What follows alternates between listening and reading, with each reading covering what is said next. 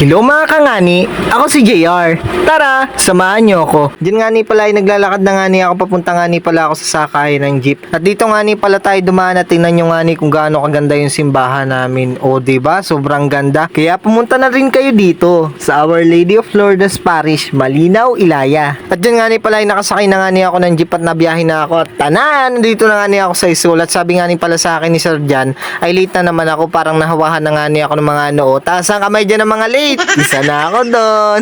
At ayun nga ni pala uli si Kuya CJ at nagpapasama nga ni siya sa vlog. Kaya ayan, naghay nga ni siya. At dito nga ni hindi pa nga ni nag-start yung meeting. Pero sabi sa akin ni Sir, late na ako, daya ano. At dyan nga ni pala ay nagpa-meeting na nga ni si Sir Teo. At sinabi lang nga ni kung ano mga dapat dalhin. At kung ano nga ni mga kailangan. Tapos nga ni ay kung anong oras nga ni yung alis. Kasi nga ni meron nga ni kaming seminar na 2 days sa Sariaya nga ni. At pagkatapos nga ni ng meeting ay dyan nga ni ay pauwi na nga ni kami. At dito nga ni pala sa may likod ng school namin na ayan, mga patay. Sana siya din patay na patay sa'yo. Charot! At dyan nga ni pala ay pababa muna kami. Kasi nga ni gagala muna kami. At sayang kasi nga ni yung pamasahe kasi nga ni wala naman kaming pasok dyan.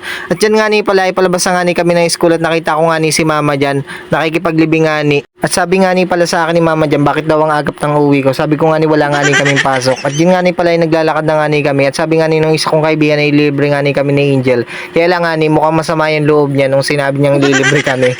Oh, sino kaibigan dyan na nalilibre pero nasamaan loob? Charot! At pagka-order nga ni niya, yan, dumating na nga yung order namin. At yan nga ni pala ay Coke Float. 29 pesos nga lang nga ni pala yan. At yan nga ni pala ay naglalakad na nga ni kami. At syempre, tatambay muna nga ni kami. Saan pa ba kami tatambay? Ay di sa Bay Park na naman. At dyan nga ni ay nandito na nga ni pala kami. At upo lang nga ni kami dun sa may tabi. At sabi ko nga ni, wag na nga ni kami pumunta dun sa may tabi. At dyan na nga lang kami sa may damuhan. Gawa na nga ning sobrang init nga ni dyan. At dyan nga ni, binibideo ko lang pala kung gaano kaganda yung Bay Park dito sa amin. Kaya pumunta na din kayo dito. Dali na. At ayan nga ni pala yung nakita ko. Hindi ko alam kung anong tawag yan. Basta, sobrang laki nga ni yan eh. Tapos yan nga ni, may nakita nga ni pala ako dyan. Ayun no, baybayin nga ni. Diba sobrang astig. At pagkatapos nga ni naming magkwentuhan dyan, magtawanan, magkulitan, mag-asaran, ay di ayan na nga ni, naglalakad na nga ni kami pa uwi. At yan nga ni pala ay ayan. Andito na nga ni pala ako sa sakayan ng jeep. Bago na nga pala yan no, pinaganda nga ni. At hinatid nga lang pala nga ni nila ako dyan. Sana all may naghahatid. Sana ikaw din hinahatid. Charot!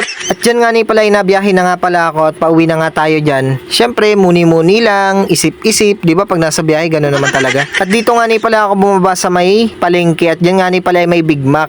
Ay nagugutom nga ni ako. Kaya ayan, papunta nga ni tayo dyan at bibili nga ni pala ako ng Big Mac dyan. Yan nga ni pala ang bibilihin ko, tig 58 nga ni. Kasi nga ni malaki nga ni yan. Isa lang nga ni pala dapat ang bibilihin ko dyan. Kaya lang nga ni, syempre may mga kapatid tayo. At ayun, binilhan ko din nga ni sila. Kasi ako nga ni yung sobrang pinakang mabait at pinakang gwapo sa magkakapatid. Charot! Hanggang dito na lang. Maraming salamat sa panonood. Bye-bye!